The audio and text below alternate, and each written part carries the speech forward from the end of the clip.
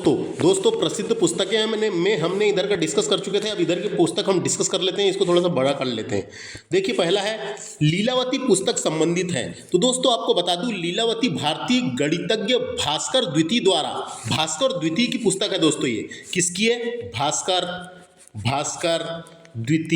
भास्कर द्वितीय की पुस्तक है। तो भास्कर द्वितीय द्वारा सन 1150 ईस्वी में संस्कृत में लिखी गई थी। संस्कृत में रचित गणित और खगोल शास्त्र की एक प्राचीन ग्रंथ है दोस्तों। गणित और खगोल शास्त्र का एक प्राचीन ग्रंथ है, याद रखना है। तो भास्कर द्वितीय के बारे में आपको बता दूं, इसके भास्कराचार्य भी कहते थे। इनको भास्कराचार्य भी कहते थे। प्राचीन भारत के एक प्रसिद्ध गणितज्ञ और ज्योतिषी थे दोस्तों। ये प्रसिद्ध गणितज्ञ और ज्योतिषी थे। इनके द्वारा रचित मुख्य ग्रंथ है जिसका नाम है सिद्धांत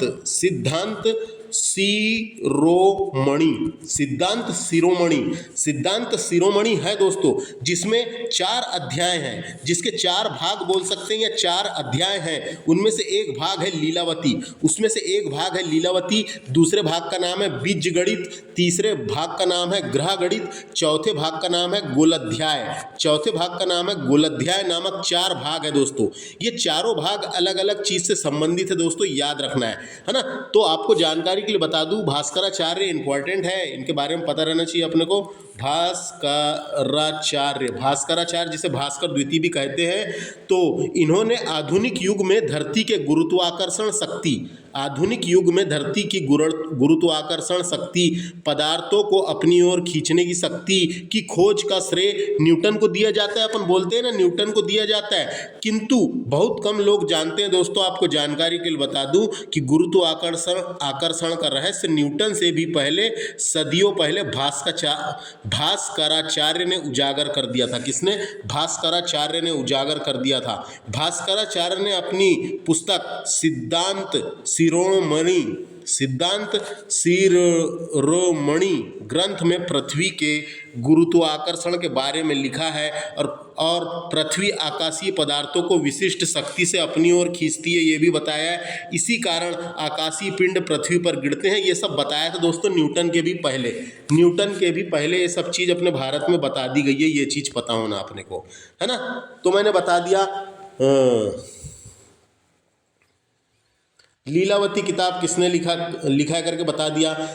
कारण यह है दोस्तों, जो भास्कराचार्य की जो क्या नाम था उनकी, तो मैंने क्या बताया, ये वाला नाम याद रखना है, सिद्धांत शिरोमणि। ये पुस्तक, इसके 4 भाग थे। एक का नाम था लीलावती, दूसरा बीजगणित, तीसरा ग्रह गणिताध्याय और गोलाध्याय। तो उन्होंने ये लीलावती नाम क्यों रखा दोस्तों? तो उनकी लड़की का नाम लीलावती था दोस्तों, तो इसलिए उसके नाम पे रख दिया गया। लीलावती नाम क्यों रखा पुस्तक का? उनकी जो लड़की थी, भास्कराचार्य की जो बेटी थी, उसका नाम लीलावती था, इसलिए पुस्तक का एक अध्याय का नाम उन्होंने लीलावती रखे। तो एक गणित की किताब है, याद रखना है। काय की किताब है?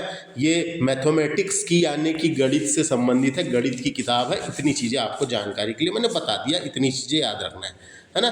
भास्कर द्वितीय या भास्कराचार्य ने 1150 के आसपास इसकी रचना की थी, यानी पुस्तक लिखी थी, याद रखना है। Next question,